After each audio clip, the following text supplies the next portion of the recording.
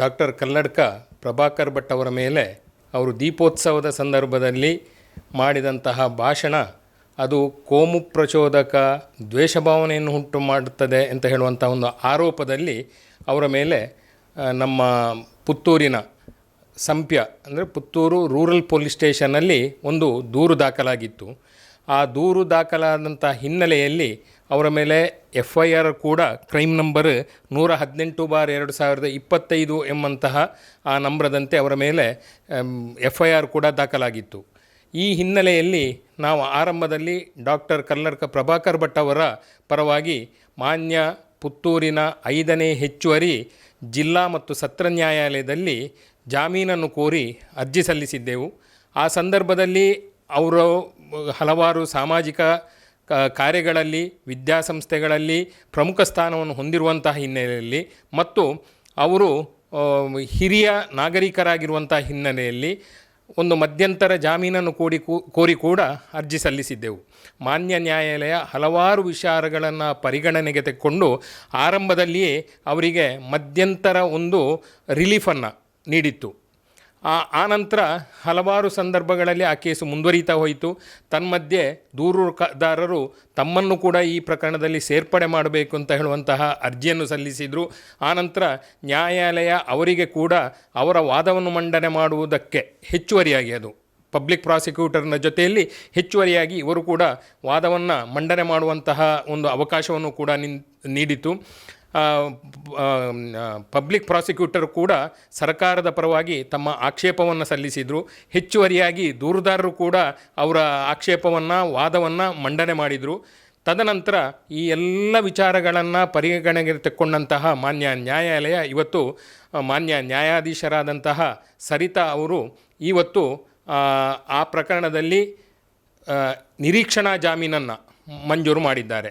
ಈ ಹಿಂದೆ ಏನಿತ್ತು ಅಂತ ಹೇಳಿದರೆ ಅವರಿಗೆ not to take any coercive step ಅಂತ ಇತ್ತು.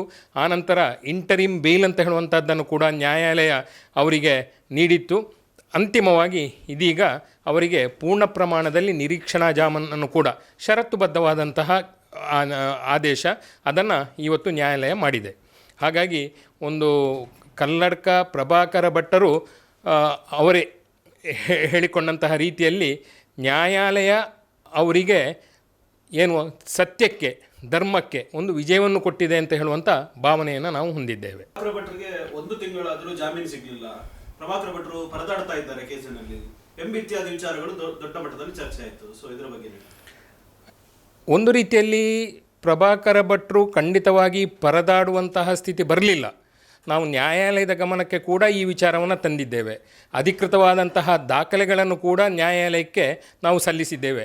ಯಾವ ರೀತಿಯಲ್ಲಿ ಬಿಂಬಿಸಲ್ಪಟ್ಟಿತ್ತು ಅಂತ ಹೇಳಿದರೆ ಡಾಕ್ಟರ್ ಕಲ್ಲಡ್ಕ ಪ್ರಭಾಕರ ಭಟ್ ಅವರು ನ್ಯಾಯಕ್ಕೆ ಸದಾ ಹೋರಾಡುವಂಥ ವ್ಯಕ್ತಿ, ಧರ್ಮಾಧಾರಿತವಾದಂತಹ ನ್ಯಾಯವನ್ನು ಕೂಡ ಪ್ರತಿಪಾದಿಸುವಂಥ ವ್ಯಕ್ತಿ, ನ್ಯಾಯಾಲಯದ ಬಗ್ಗೆ ಅಪಾರವಾದಂತಹ ಗೌರವ ಇಟ್ಟಂತಹ ವ್ಯಕ್ತಿ. ಒಂದು ದೃಷ್ಟಿಯಲ್ಲಿ ನೋಡಿದರೆ ಹಲವಾರು ಸಂದರ್ಭಗಳಲ್ಲಿ ಇದನ್ನು ಪ್ರಾಸಿಕ್ಯೂಷನ್ ಕೂಡ ಅವರ ಆಕ್ಷೇಪದಲ್ಲಿ ಉಲ್ಲೇಖಿಸಿತ್ತು. ಅವರ ವಿರುದ್ಧ ಹಲವಾರು ಕೇಸುಗಳು ದಾಖಲಾಗಿದೆ ಅಂತ. ಆದರೆ ಗಮನಿಸಬೇಕಾದಂತಹ ಅಂಶ ಏನು ಅಂತ ಹೇಳಿದರೆ ಬಹುತೇಕ ಎಲ್ಲ ಕೇಸುಗಳಲ್ಲಿ ಕೂಡ ಕರ್ನಾಟಕ ಉಚ್ಚ ನ್ಯಾಯಾಲಯದಿಂದ ಅಥವಾ ಇತರ ನ್ಯಾಯಾಲಯದಿಂದ ಅವರಿಗೆ ನ್ಯಾಯದ ರಕ್ಷಣೆ ದೊರಕಿತ್ತು ಅಂತ ಹೇಳುವಂಥದ್ದು ನಾವು. ಯಾಕೆಂತ ಹೇಳಿದರೆ ಒಂದು ರೀತಿಯಲ್ಲಿ ಅವರನ್ನು ದಮನಿಸುವಂತಹ ಅವರ ಹೋರಾಟದ ಕೆಚ್ಚನ್ನು ನಂದಿಸುವಂತಹ ಒಂದು ಪ್ರಯತ್ನ ಆಗಿತ್ತು. ಆದರೆ ನ್ಯಾಯಾಲಯ ಏನು ನಾವು ಟೆಂಪಲ್ ಆಫ್ ಜಸ್ಟಿಸ್ ಅಂತ ಹೇಳ್ತೇವೆ, ಇದೇ ಮಾತನ್ನು ನಾವು ನ್ಯಾಯಾಲಯದ ಮುಂದೆ ಕೂಡ ಹೇಳಿದ್ದೇವೆ. ಅವರ ರಕ್ಷಣೆಗೆ ಬಂದಂಥದ್ದು ಅವಾಗ ನ್ಯಾಯಾಲಯ ಅವರಿಗೆ ಎಲ್ಲ ರೀತಿಯ ನ್ಯಾಯಾಲಯದ ಚೌಕಟ್ಟಿನಲ್ಲಿ ನಾವು ಏನು ಸಂವಿಧಾನ ಹೇಳ್ತೇವೆ, ಸಂವಿಧಾನದ ಚೌಕಟ್ಟಿನಲ್ಲಿ ನೀಡಬಹುದಾದಂತಹ ಎಲ್ಲ ರಕ್ಷಣೆಯನ್ನು ಕೂಡ ನೀಡಿದೆ. ಈ ಪ್ರಕರಣದಲ್ಲಿ ಕೂಡ ಖಂಡಿತವಾಗಿ ನನ್ನ ಅನಿಸಿಕೆಯಂತೆ ಪರದಾಡುವಂಥ ಸ್ಥಿತಿಯಲ್ಲಿ ಇರಲೇ ಇಲ್ಲ. ಯಾಕೆಂದರೆ ಆರಂಭದಲ್ಲಿಯೇ ಅವರ ವಿರುದ್ಧ ಯಾವುದೇ ರೀತಿಯ ಬಲವಂತದ ಕ್ರಮ ಕೈಗೊಳ್ಳಬಾರದು ಅಂತ ಹೇಳಿತ್ತು. ಅವರು ಕೂಡ ಅತ್ಯಂತ ಗೌರವವನ್ನು ಕಾನೂನಿಗೆ ನೀಡುವಂತಹ ವ್ಯಕ್ತಿಯಾಗಿ ಏನು ಪೊಲೀಸ್ ಠಾಣೆಗೆ ಹೋಗಬೇಕು, ತನಿಖೆಗೆ ಸಹಕರಿಸಬೇಕು ಅಂತ ಹೇಳುವಂತಹ ಸಂದರ್ಭದಲ್ಲಿ ಕೂಡ ಸಹಕರಿಸಿದ್ದಾರೆ. ದುರಂತ ಏನು ಅಂತ ಹೇಳಿದರೆ ಅವರು ಕೋರ್ಟಿನ ಆಜ್ಞೆಯನ್ನು ಅಥವಾ ಈ ತನಿಖಾ ಪ್ರಕ್ರಿಯೆಗೆ ಸ್ಪಂದಿಸಿದ ರೀತಿಯನ್ನು ಕೂಡ ಅವರನ್ನು ನಾವು ಬಗ್ಗಿಸಿದೆವು. ಅವರನ್ನು ನಾವು ಸೋಲಿಸಿದೆವು ಅಂತ ಹೇಳುವ ರೀತಿಯಲ್ಲಿ ಬಿಂಬಿಸಲ್ಪಟ್ಟಿದೆ. ಇದನ್ನು ಕೂಡ ಹೇಳಿದೆವು. ಹಾಗಾಗಿ ನನ್ನ ದೃಷ್ಟಿಯಿಂದ ಖಂಡಿತವಾಗಿ ಕೂಡ ಕಲ್ಲಡ್ಕ ಪ್ರಭಾಕರ ಭಟ್ಟರು ಪರದಾಡುವಂಥ ಸ್ಥಿತಿ ಇರಲಿಲ್ಲ.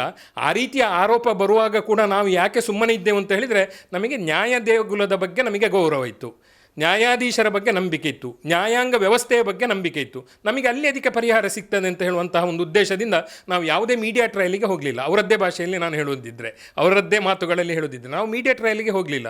ನಾವು ಕೋರ್ಟಿನಲ್ಲಿ ಏನು ಕೋರ್ಟಿನ ಸಂವಿಧಾನಾತ್ಮಕವಾದಂತಹ ಹೋರಾಟ ಮಾಡಬೇಕು ಅದನ್ನು ಮಾಡಿದ್ದೇವೆ ಅಷ್ಟೇ. ಓಕೆ, ಈಗ ಇದು ಕಂಡೀಷನ್ಸ್ ಏನಿದೆ ಅಥವಾ ಏನಾದರೂ ಇನ್ನು ಭಾಷಣ ಮಾಡಬಾರ್ದು ಆ ಥರ ಏನಾದರೂ ಇದೆಯಾ? ನೋಡಿ, ಕುರಿತಾಗಿ ಪೂರ್ಣ ಪ್ರಮಾಣದ ಏನು ಜಡ್ಜ್ಮೆಂಟ್ ಇನ್ನೂ ಕೂಡ ಸಿಗಬೇಕಷ್ಟೇ. ಆದರೆ ಈಗ ನಮಗೆ ತಿಳಿದು ಬಂದಂತೆ ಸಾಮಾನ್ಯವಾಗಿ ಮಾಡುವಂತಹ ಆ ಕಂಡೀಷನ್ಗಳನ್ನ ಇಟ್ಟಿದ್ದಾರೆ. ವಿಶೇಷವಾದಂತಹ ಯಾವುದೇ ಒಂದು ಷರತ್ತುಗಳನ್ನು ಕೂಡ ವಿಧಿಸಲಿಲ್ಲ. ಯಾಕೆಂದರೆ ತನಿಖೆಗೆ ಸಹಕರಿಸಬೇಕು, ಕೆಳ ಅಧೀನ ನ್ಯಾಯಾಲಯದಲ್ಲಿ ಅವರನ್ನು ಅಗತ್ಯ ಬಿದ್ದರೆ ಅಲ್ಲಿ ಹೋಗಿ ಹಾಜರಾಗಬೇಕು, ಮತ್ತು ಯಾವುದೇ ರೀತಿಯ ಮರು ಏನು ಹೇಳ್ತೇವೆ ನಾವು ರೀತಿಯ ಕೋಮು ಪ್ರಚೋದಕವಾದಂತಹ ವಿಚಾರಗಳಲ್ಲಿ ಭಾಗವಹಿಸಬಾರದು ಅಂತ ಇತ್ಯಾದಿ ಸಾಮಾನ್ಯವಾಗಿ ಹೇಳುವಂಥ ಕಂಡೀಷನ್ಗಳನ್ನು ಹೇಳಿದ್ದಾರೆ ಅಷ್ಟೇ ಹೊರತು ವಿಶೇಷವಾದಂತಹ ಯಾವುದೇ ಕಂಡೀಷನ್ಗಳು ಇಲ್ಲ, ಷರತ್ತುಗಳು ಇಲ್ಲ.